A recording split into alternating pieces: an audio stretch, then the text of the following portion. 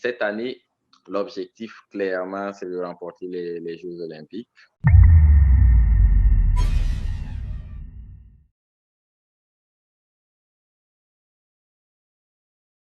Super bien. Alors, on a fini une année, donc une année sportive, j'allais dire aussi une année universitaire, donc tout va pour le mieux. Là, on reprend doucement les activités. On va dire que septembre, octobre, c'est vraiment des mois très calmes en fait au niveau de l'athlétisme. Mais pour moi, ça bosse quand même au niveau du labo parce que moi, j'essaie de prendre de l'avance pour pouvoir en fait justement avoir une marge de manœuvre pour les compétitions en janvier. Comme ça, je peux prendre beaucoup plus de temps pour mon sport un peu plus tard, quoi. La soutenance de thèse, normalement, c'est en mai 2022. Donc, on a encore un peu de marge, une année et demie quand même. Une année et 8 mois.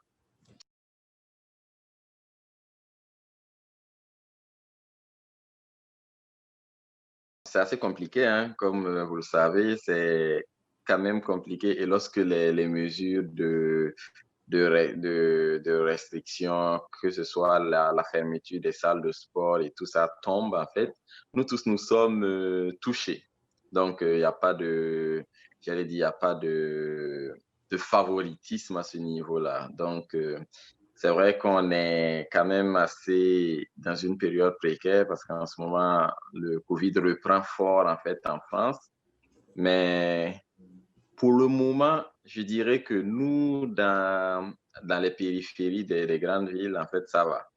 Il n'y a pas encore une circulation active du virus. Donc, en ce moment, on est encore en train de souffler. Mais franchement, je peux vous dire que j'ai peur pour les semaines à venir, hein. J'ai vraiment peur que l'on ferme nos salles de sport aussi parce que ça va vraiment empiéter sérieusement sur ma préparation et il faudra bien sûr que je trouve des solutions par rapport à cela. En tout cas, j'y pense, mais en tout cas, j'espère qu'on n'aura pas à arriver jusque-là. Voilà.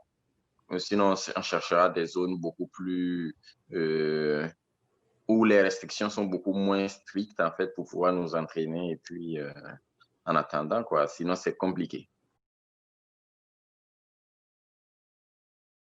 Au club Artois Athlétisme, c'est assez familial, comme on dit, c'est un club famille, hein, donc franchement, c'est convivial. Et avec les autres athlètes, j'ai de très, très bonnes relations. Bon, avec certains, hein, il y a d'autres, bon, c'est compliqué de connaître tout le monde quand même, parce que c'est un club qui a 700 personnes. Donc, j'ai eu à m'entraîner quand même avec une bonne dizaine d'entre eux. Et avec ces personnes-là, j'ai vraiment eu de très, très bonnes relations.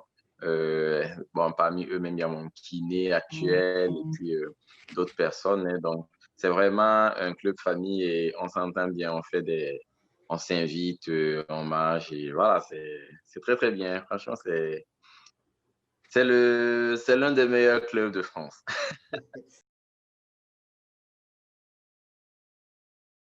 Ouais, je disais qu'effectivement, j'ai été bien accueilli en ce moment. D'ailleurs, j'ai été bien accueilli et là-bas et au niveau du club et au niveau de l'université, parce que l'université aussi a beaucoup joué à ma faveur, hein.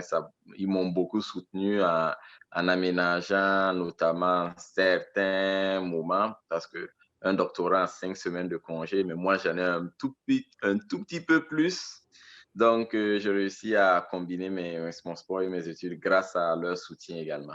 Et justement, ce soutien m'a valu d'être euh, nommé citoyen d'honneur des deux villes par les maires respectifs. La ville, parce que, en fait, mon club, le siège de mon club, c'est à Bruyères-la-Bussière. Bon, c'est une petite ville. Et justement, là-bas, j'ai été nommé citoyen d'honneur. Et également à Béthune, où je suis, j'ai été aussi citoyen d'honneur. Donc, c'est vraiment un plaisir et ça montre que même les autorités locales suivent quand même ce que nous essayons de faire pour le rayonnement de la zone aussi.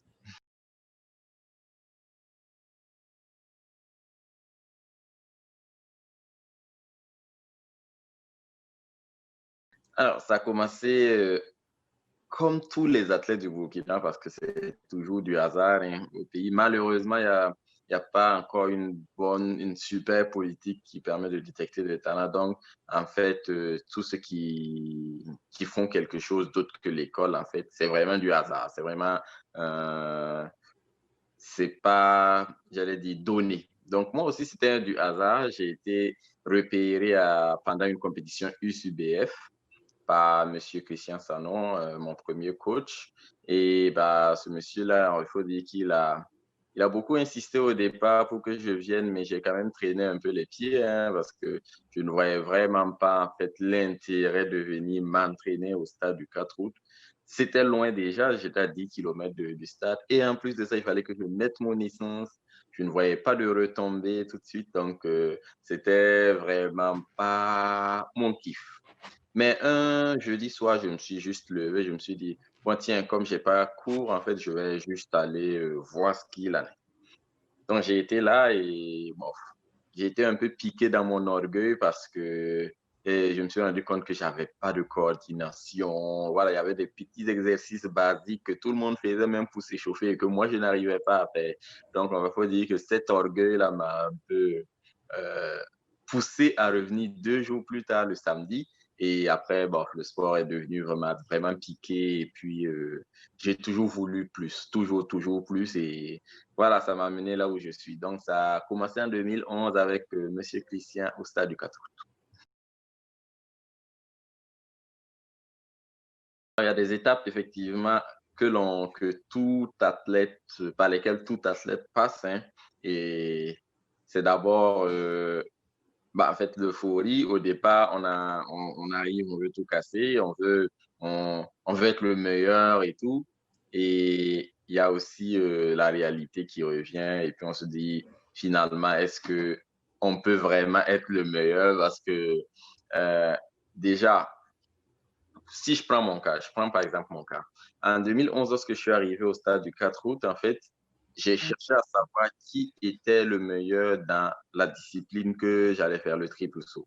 Donc, il y avait un aîné qui s'appelle Thierry Adanabou, qui était le meilleur. Il sautait autour de 15 mètres 80, des trucs comme ça. Donc, je me suis tout de suite fixé pour objectif de le rattraper. C'était pas si simple parce que j'avais 2 mètres quand même de fossé et c'était assez compliqué. Mais il y a toujours cette euphorie quand tu arrives au départ de te dire, en fait, je suis venu pour tout casser, il faut que je réussisse, il faut que je réussisse. C'est bien. Après, moi, j'ai eu la chance, en fait, de pouvoir franchir les 2 mètres assez rapidement. Donc, au bout d'une année, moi, j'avais réussi à me placer comme le meilleur triple sauteur au Burkina Faso déjà. Donc, moi, j'ai pas senti cette difficulté-là. Par contre, j'ai des amis qui ont vraiment fait 5 années dans cette galère-là, en fait. Bon, moi, j'ai franchi cette étape beaucoup plus facilement pour pouvoir me placer à la tête du ski pulso burkinabé. Ensuite, il y a eu cette période de... Alors, tu es à la tête du Scripps au Burkinabé, tu n'es qu'au pays. Ensuite, il faut maintenant chercher des qualifications pour des compétitions extérieures. Donc, on a commencé à fouiller un peu tout ce qui est compétition à l'étranger et on a éventuellement trouvé les championnats du monde junior, d'autres trucs comme ça qui pouvaient donner encore plus de piment, nous aider ou nous pousser à chercher un peu plus loin. Donc, cette deuxième étape, c'est la recherche des minima. Donc, au départ, en fait, tu viens, tu progresses bien et après, tu cherches que des minima. Tu cherches des minima pour pouvoir participer à de grandes compétitions. Donc,